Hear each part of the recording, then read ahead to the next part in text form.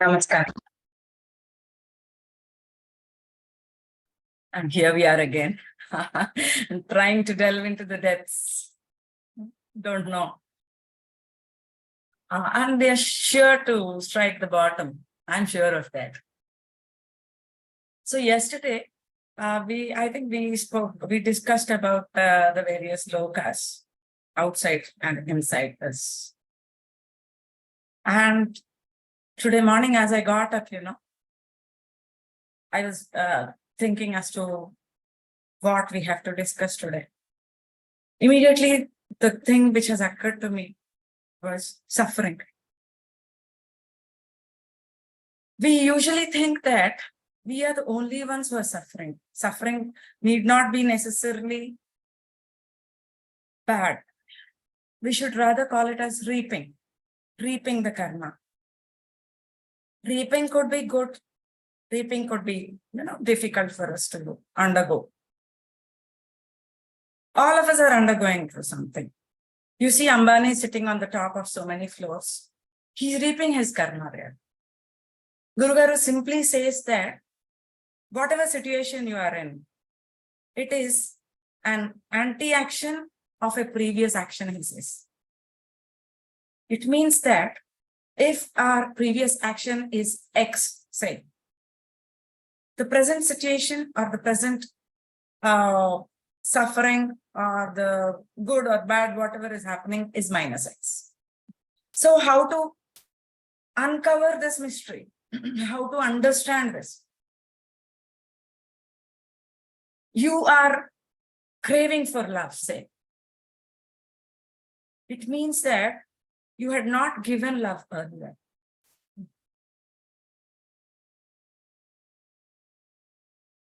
That I'm such a loving person, but we really don't know what is there behind the screens, what has happened. We really do not know. Any situation, to decode that, if it is some situation, it is just the opposite which would have happened earlier.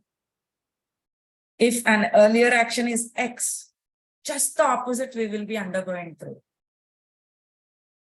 And most of the sufferings we see, some people are either pleasure or pain. When I say suffering, please read it as an undergoing the situations we are in. Most of the situations which arise, or most of the pleasure and pain we undergo, they are from our immediate circle. It could be the immediate family or the friends. The very closest possible members give us the best possible treatment, either good or bad, both. So there is a word called tapatraya. The Trinity is so important, so divine for us. Trimurtulu we say, Brahma, Vishnu, Maheshwaru. Everything we talk in terms of three. The three gunas, three bodies, three avasthas, everything we have seen in terms of three. And here is a word which is very commonly used in our families, tapatraya. They say, Endukanta tapatrayam? They say, why is that so? That's what they say. And I was just looking into what this word exactly means. Tapa is tapas, or the meditation we do is tapas again, right? Penance of any form. This is tapa. Tapa is suffering. Tapa is suffering. So tapatrayas, adhi atmikam. That is where the word adhyatmikam comes from. Adhi atmakam, adhyatmikam. Adi bhautikam,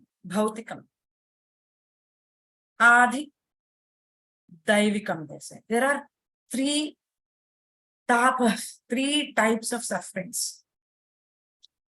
The first one I mentioned was Adi Atmakam. Atma is inside, Rangushtamatra Purusha is inside. He directs us in a particular direction based on our karmas. So the suffering, good, bad, and ugly, everything.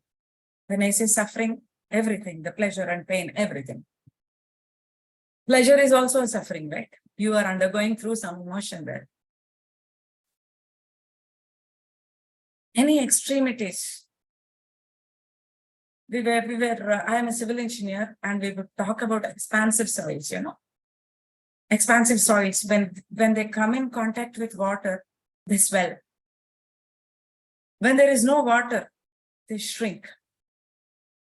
So there is expansion sometimes, there is joy. Joy is expansion. And sometimes there is the other side of it. There is sorrow. We just shrink, we just contract. Kongo, we say. We swell and we shrink. All these things are happening inside. Either of these two.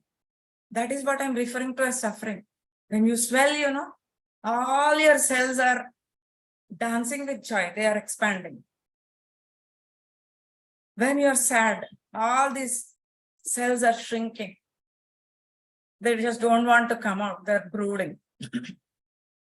There are these extremities. Any extremity is a suffering. So pleasure is a suffering, pain is a suffering. Okay? So sama chittam, sama adi. We are over this. Oh, something very good. So something very good happens to us, you don't feel the expansion. And something that is difficult for you, you don't feel that sorrow of that.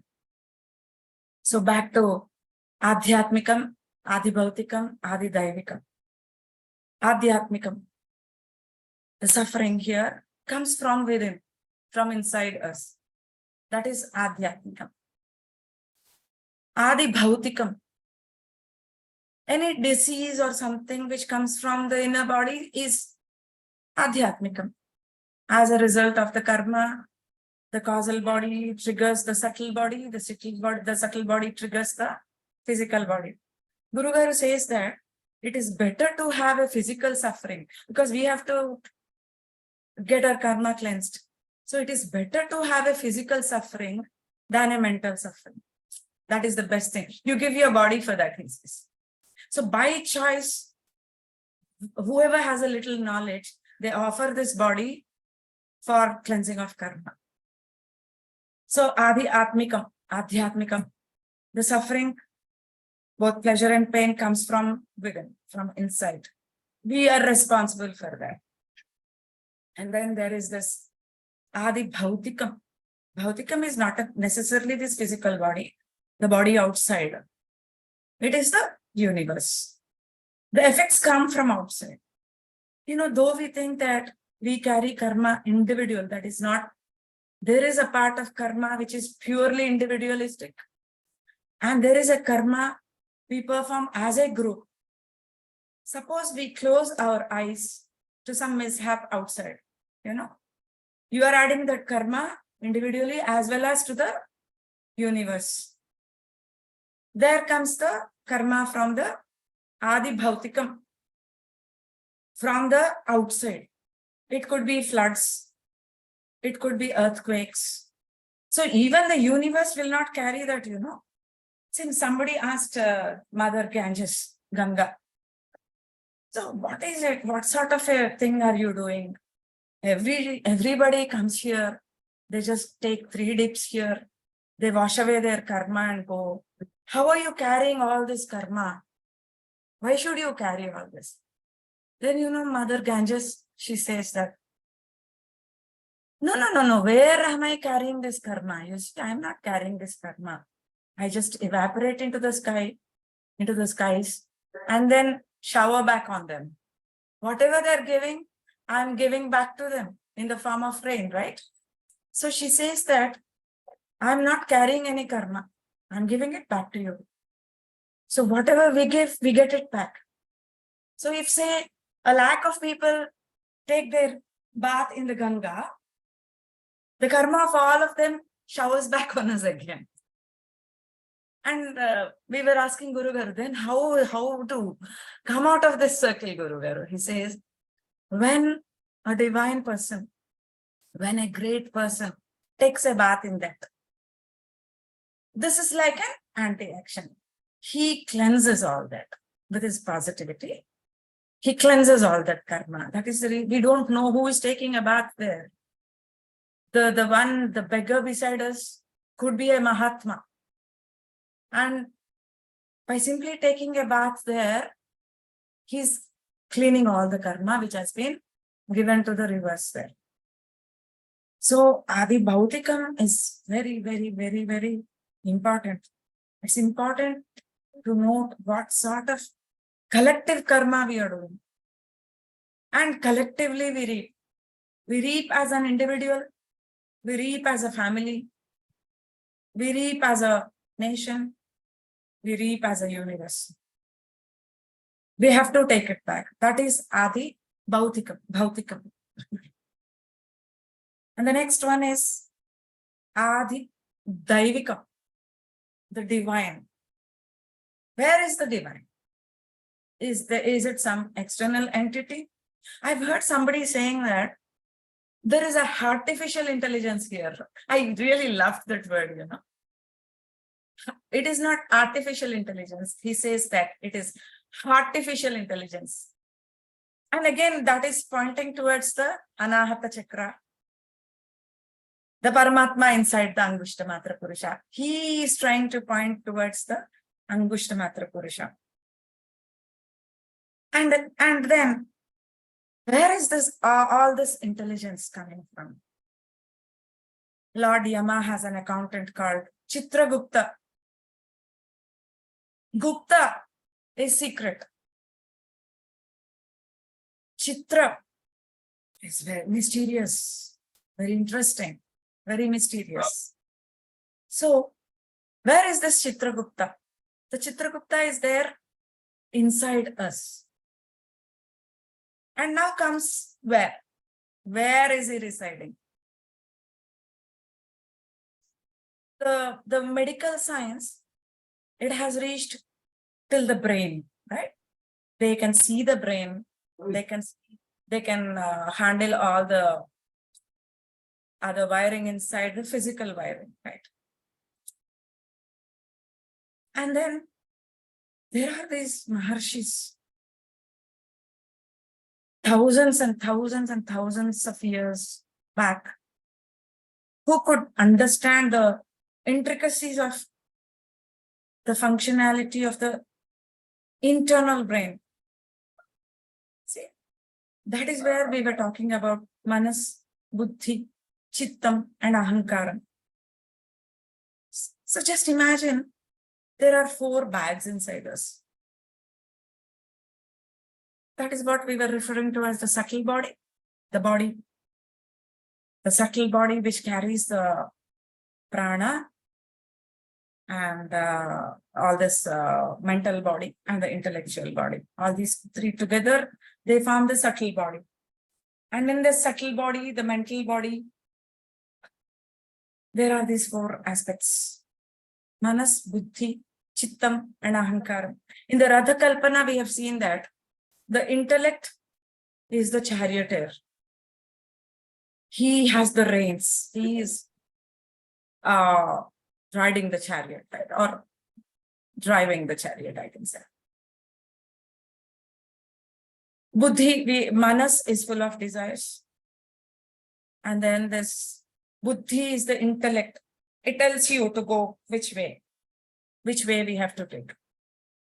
The most important aspect of this is ego, Ahankaram, we know how it looks like. It always says, I did that, I did this, and all. Ahamkaram. Chittam is a very important area. What is this Chittam? Chittam is a storehouse of everything. What does this everything mean? Our experiences, our impressions. The impressions could be pleasant. They could be unpleasant. Anything you see on the extremities, pleasant or unpleasant. Both of them go into the storehouse. If you don't attach a quality to it, if you just experience it as an experiencer, that's all, without adding this adjective of whether it is a pleasant experience or an unpleasant, it doesn't go into the storehouse. That is the reason why they say that don't get attached to it. Say children. We have a duty towards the children, towards our children, and not a responsibility, they say. When you feel responsible for the child, the attachment comes in. And whatever we do, there is this element of attachment. So, dvandvas, they say, twos. Everything to us happen in twos. Raga, dvesha. You love something, you hate something. Sukha, dukkha. You're happy, you're sad. So, Atma Vidya is rising above the duality. Rising above situations. Rising above the way we experience the situations. Consciously. And then we have seen that avastatrayam. There is a conscious mind. There is a dream state. There is an unconscious state. That is the building we said. 3-storied building. It means the state of mind wherein you know what you're doing. In a dream, it's that and this. And sometimes you do not know what you're doing. These are the 3 states of mind which normally we experience. Beyond this is the Turiya Avastha, where you're above all this. That is what we are aspiring for. And where are all these states coming from? What are we conscious of? What are we unconscious of? What is that dream state? And on which is this building resting? Since I am a civil engineer, I tend to take some examples of a building. That's very easy for me. See, if you have a very strong foundation, this building will stay forever. We go in for piling, foundation, the piling, we construct huge columns, or the circular long ones below the ground. That is called piling. We go deep and deep and deep as the hard rock. The deeper the foundation, the stronger it is.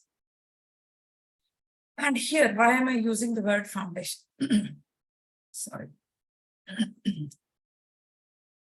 Foundation is a subconscious mind. The subconscious mind, where all these impressions are very, very deep. We were talking about the Chittam. Chittam relates, or it can be equated to the subconscious mind. Please don't carried away by the Western terminology, which is relatively very younger. And I don't think it touches any of the aspects these scriptures describe. They're still trying to evolve. Externally, the world has evolved very well, but trying to understand the internal factors, they still have a long way to go. So it's better for us to rely on the scriptures than on the Western terminology, because this looks very much appropriate and adequate for our understanding. So Chittam, I was referring to the subconscious mind. In the subconscious mind, we store all the impressions. So these patterns, they could be very strong. When do they become very strong?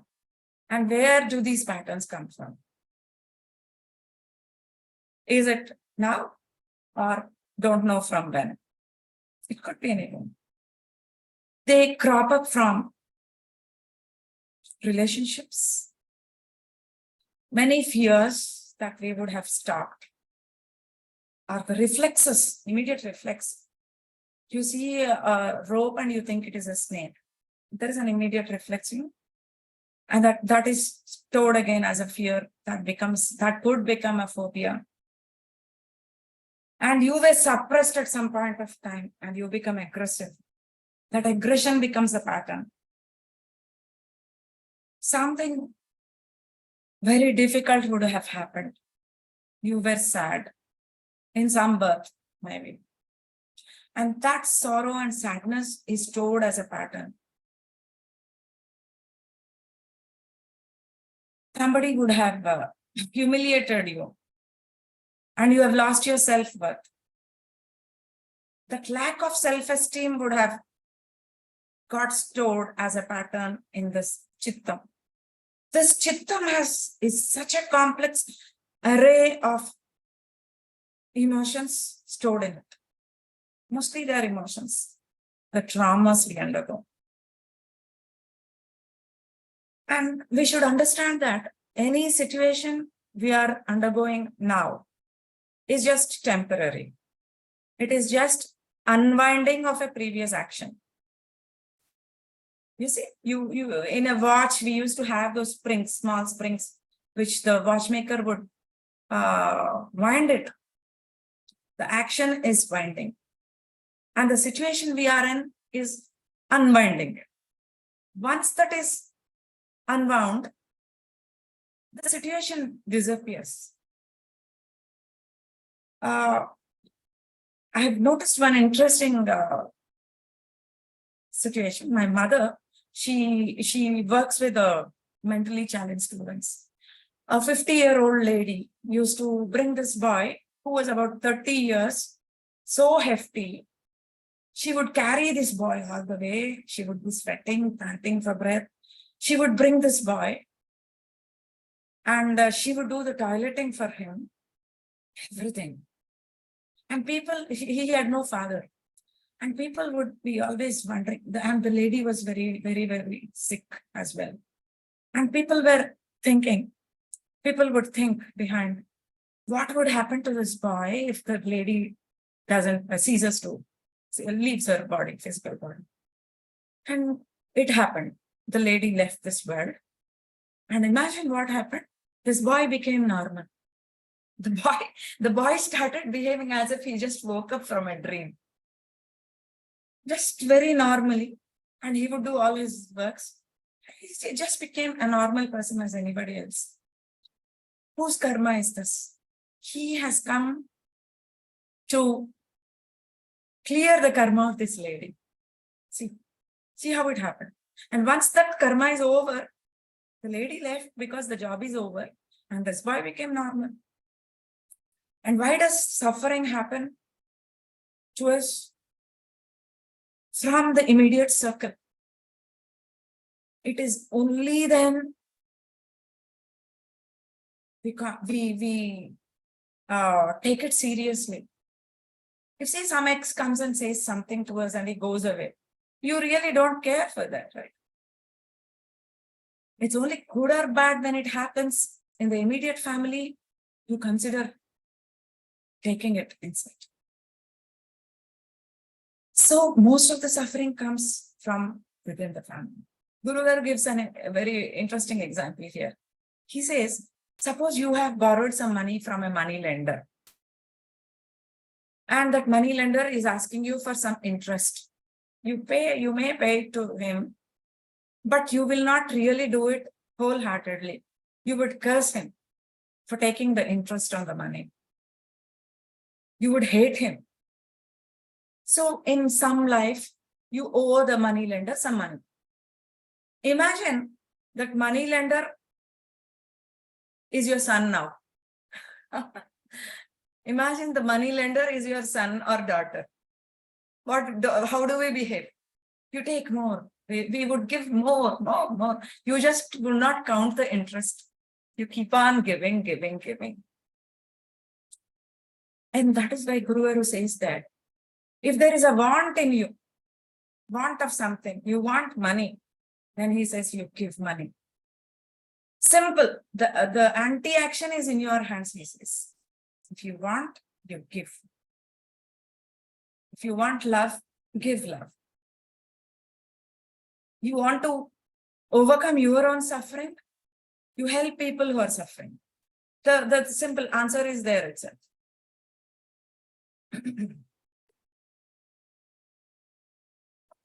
There is a word called Chitta Suddhi.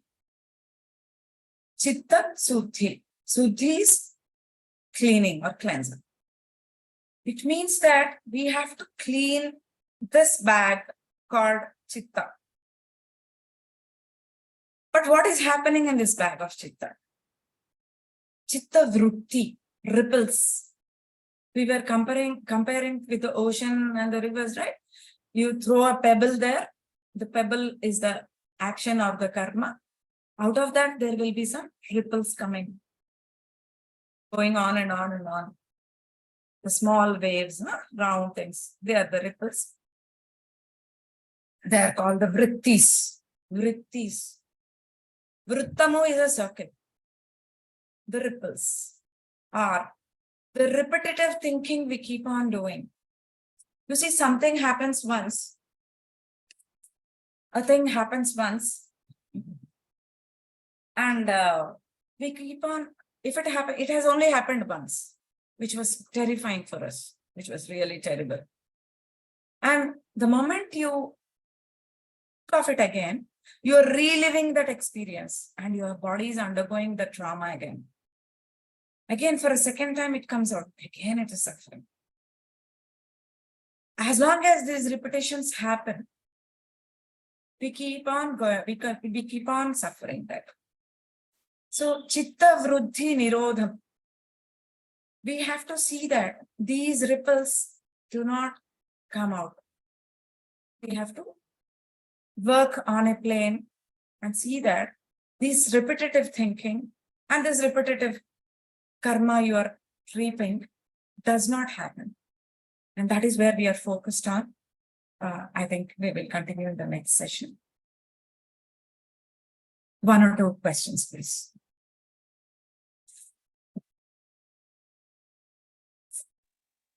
Is it only through meditation that we can overcome all this? Yeah, that is why we have 1 hour of practice and few minutes of discussion. Plus X and minus X. Just remember that the whole puzzle is solved. We don't have to ask anybody for anything. If there is a minus X now, it means that there was a plus X. As simple as that is acceptance. That is acceptance. When we don't have anything, it means we have abused that, or you don't need it. Or it could be that it is not necessary for you. Simple as simple as. Suppose we are in a difficult situation, unable to know how to come out of that. Acceptance. Know that the situation is happening for a reason. Surrender. When you accept, no, there is no friction inside. Only when we do not accept and we challenge that, there is friction. We usually, challenging has become our nature because of the roles we play, because of the type of education we have received. We tend to challenge everything. But these inner challenges, stop challenging and they vanish. You go through it. Go through it without suffering. Don't add suffering to that. Just undergo the experience, that's all. Just look at it, it will go there. And this meditation is the very purpose of that meditation is this. It will help us understand in a better way. There's nothing like a difficult situation. It is only a difficult perspective. The standpoint from which we are seeing. You can see as like a worm from here and look at the situation. You look at the situation eye in eye, or look at it from the bird's eye view. You got it. From the bird's eye view, no situation is difficult. You become Paramatma. Where is the difficulty? You are not asking for an external help. You become one with the dot. And I'll tell you something. When I didn't like people, I didn't like some people, I would consciously take them and put them in the black hole. That was what I used to do because these people kept coming back and back again and again. And I would consciously take them and put them in the black hole so that they would not come back. Because the best thing I knew was a black hole. And now we have an inner fire, the Paramatma. There is an inner fire, the Nachiketa Agni. You can put them there. You don't have to travel all the way to the black hole. I say. Yeah. And Rajlakshmi ma'am, and then recently what I have understood is when you are understanding the situation, yeah, that is that we feel that we understood, and then we accept and we feel like we accepted. And that is where actually when you accept it, you have to accept with unconditionally, you know. So if you But are, since we are if you are, human, since yeah. we are human, it comes back.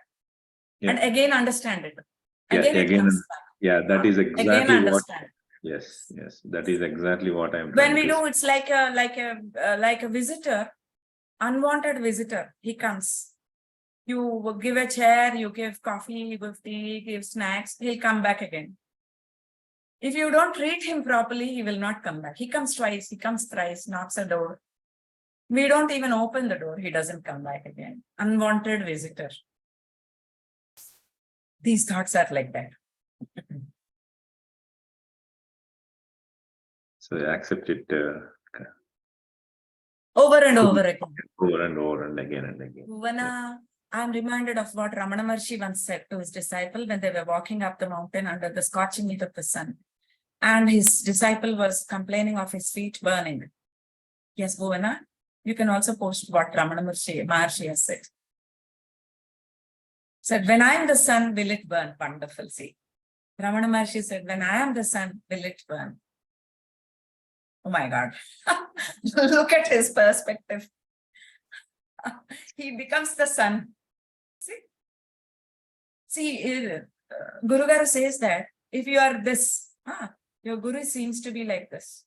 And you become this, your Guru will seem to be like this. And you become this, your Guru is like this. So your Guru is a step higher than what you are. In the similar way, you should be a little taller than your problem. If this is your problem, you become a little taller. And this is the problem, you become much taller, much bigger than the problem, I can say. It's only by that we can overcome that. And none of us is about suffering, good, bad, or ugly. Interestingly, it happens differently to different people. The permutations and combinations we see is so much, so difficult to comprehend. And that is why we don't try to comprehend. Because we get lost in the way.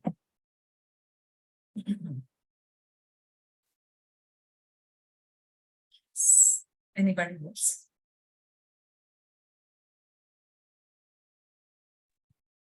Hi, Rajlakshmi ma'am. Probably, This is yeah. Chavali. Yeah. Yeah, I was missing you yesterday. Were you there? No, ma'am. I didn't get your energy, right? I wasn't looking at the screen, but I didn't get your. I was thinking Ravali is missing. I didn't see the list. Yeah. Yeah. So I was just today when you're talking about this topic called suffering. So I was just understanding. I want also you to emphasize on this thing, like the humanity right now, even though we know that we are talking about these topics, we read about a lot of books and everything, the cosmos, universe and everything.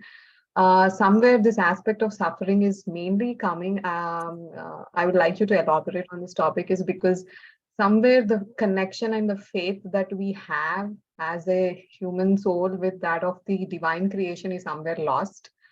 And we started to believe that our ego self, we have to take care of ourselves. Even though we meditate somewhere, we go and pray, or when we are in a lower state, we read some book or we believe in the universal creation. But somewhere the trust is not there, it's lost.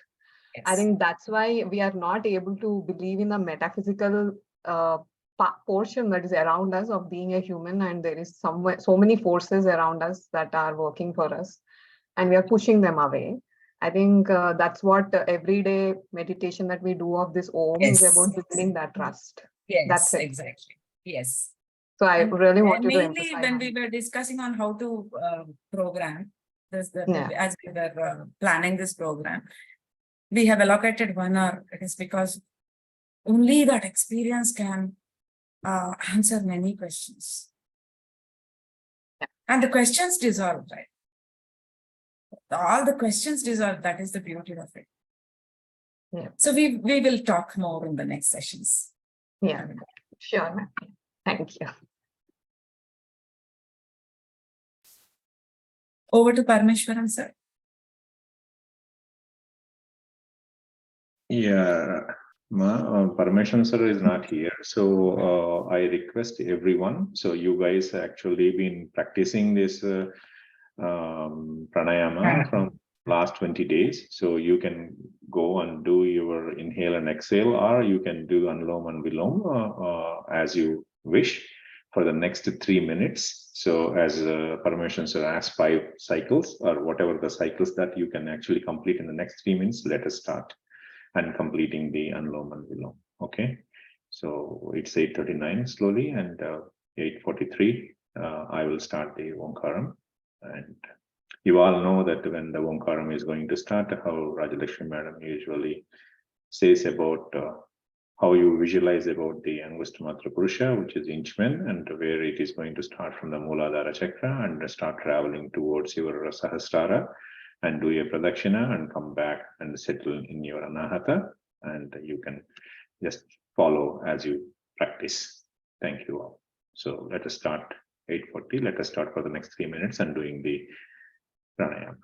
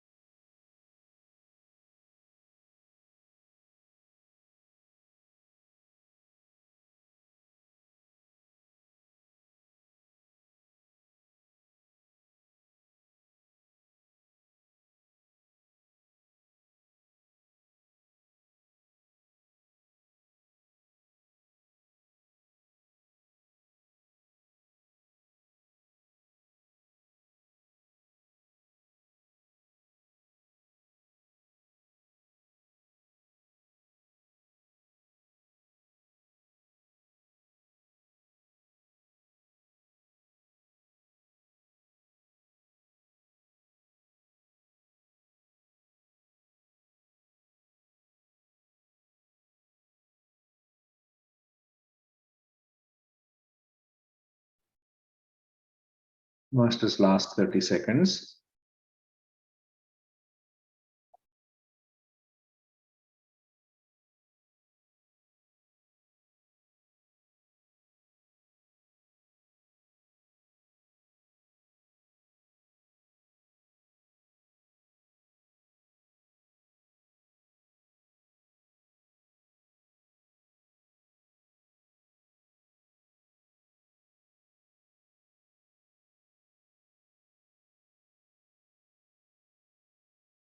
Master starting the OMkaram.